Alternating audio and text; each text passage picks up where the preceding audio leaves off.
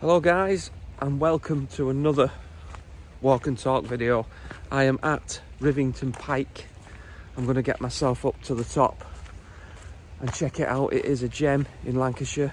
I'm very popular with walkers, and at the top there is a tower, Rivington Tower. So I'm just going to do a little walk and talk and get ourselves up there and see what we can see on the way. There are some terrace gardens, and there is a place called the Pigeon Tower, which is another little tower that you can go inside. Sometimes they have open days, but let's see what we can see on the way up. Thanks for joining me. The tower at the top was built by John Andrews in 1733 and used as a hunting lodge. So Rivington Pike has been around for centuries. How amazing is this? This is just part way up, not even halfway yet. As I'm making my way up, you can see why this spot is so popular. The views are stunning. You can see all the way to the Pennines on a clear day. The trail is a mix of cobbled paths and natural ground, so it's a good idea to have some sturdy boots when you get up here. For me, places like this are a bit of an escape. You feel miles away from all the noise and stress. It just feels good getting the fresh air. It's a bit misty up here today, but yeah, it's good. I've not been up here for a while. Let me know what your favourite spot is that you like to get out to that's not far from your home, and let me know in the comments, or just send me a message if you know me and that. So as I'm walking up, you can't help but notice the sounds of the rivers and the birds and the rustling in the trees. It's absolutely stunning. Look at that. Wait, hang on. If I tap that there you go. It gives you the look at the view through the trees there, man. There's a few ways up. I think I'm going to take the steps because it is getting dark, and I want to get to the top and get the drone out on the tower. But it's absolutely lovely, and it's a nice day. It's warm enough. The temperature's come up now. Everything's melted, and everyone's gone home because it gets dark in an hour. So I've got my torch, and hopefully I can get up, do the sunset, and get down without any problems. Wow, I'm out of breath.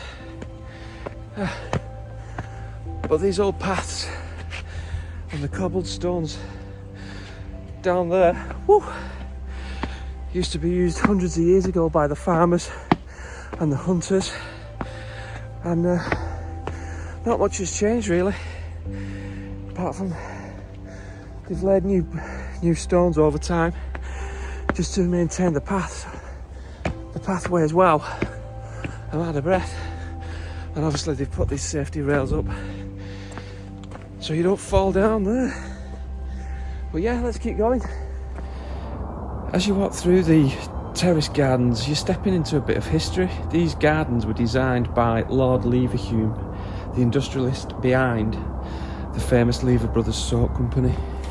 He wanted to create something that captured the essence of Italian-style terraces, so he built them in the early 1900s using the natural hillside to create these steep dramatic levels, and you can hear I'm out of breath going up these steps.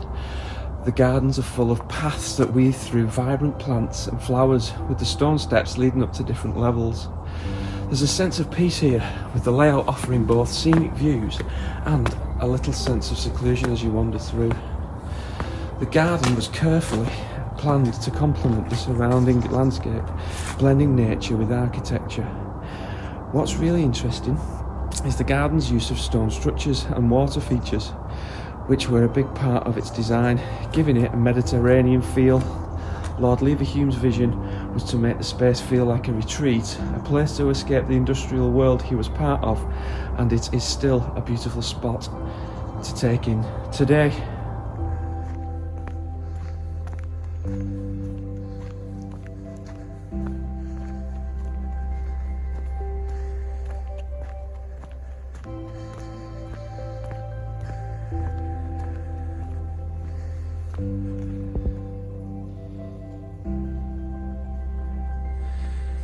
Standing here halfway up, I'm reminded why I love these kinds of walks. It's not just the destination. It's about taking a breather from the chaos and feeling grounded. Anyone else feel like that when they're out in nature? It just feels amazing. You can see the back behind me, some more of the brick terraces.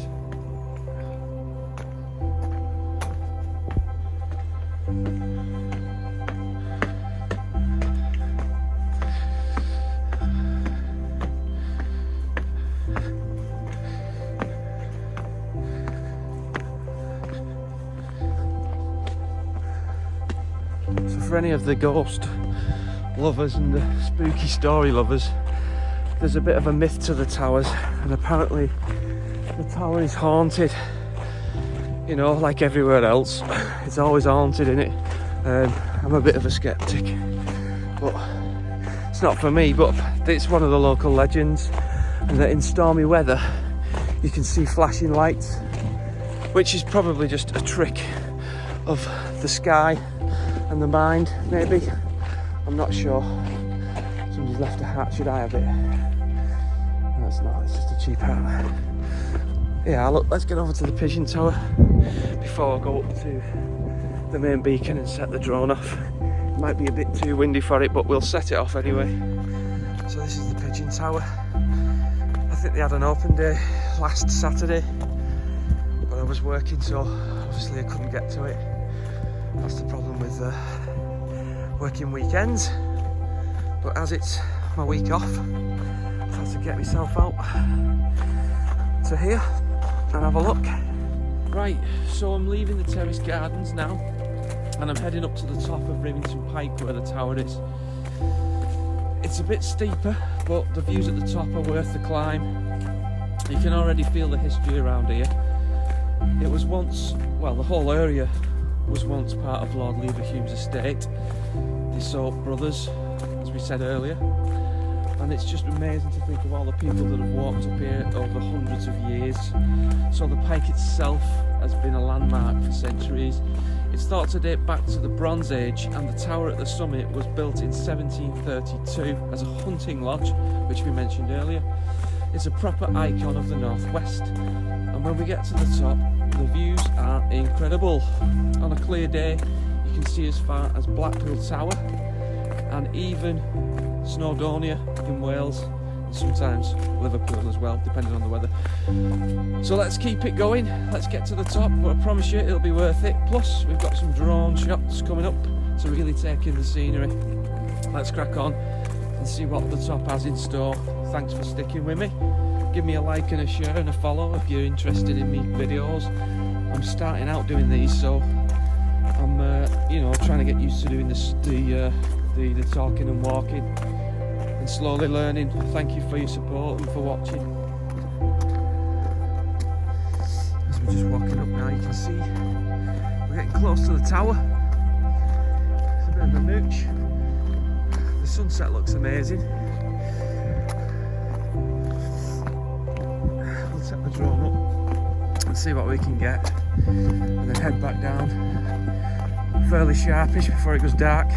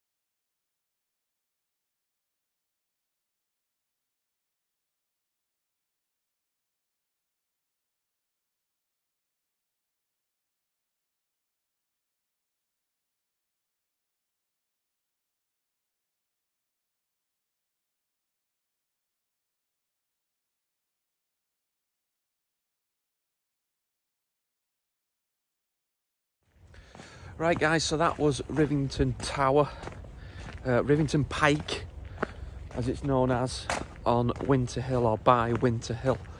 I've got my hat on now because it's going dark and it's cold and the sun is setting, but I got the shots I needed. I got the drone shots I'm happy with today.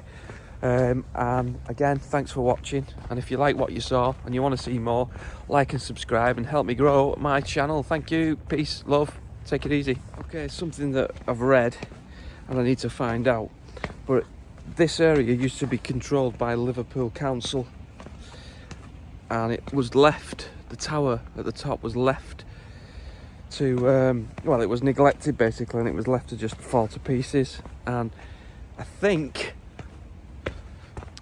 Charlie Council then took over it years later, and they restored it.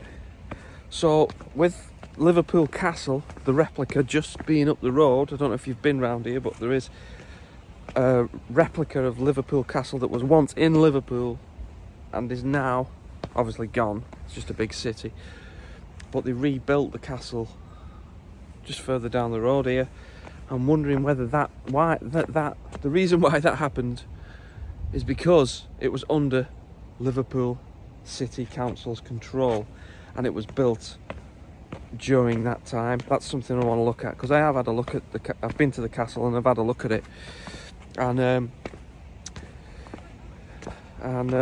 it's just some new information that I've got that I want to investigate. Peace.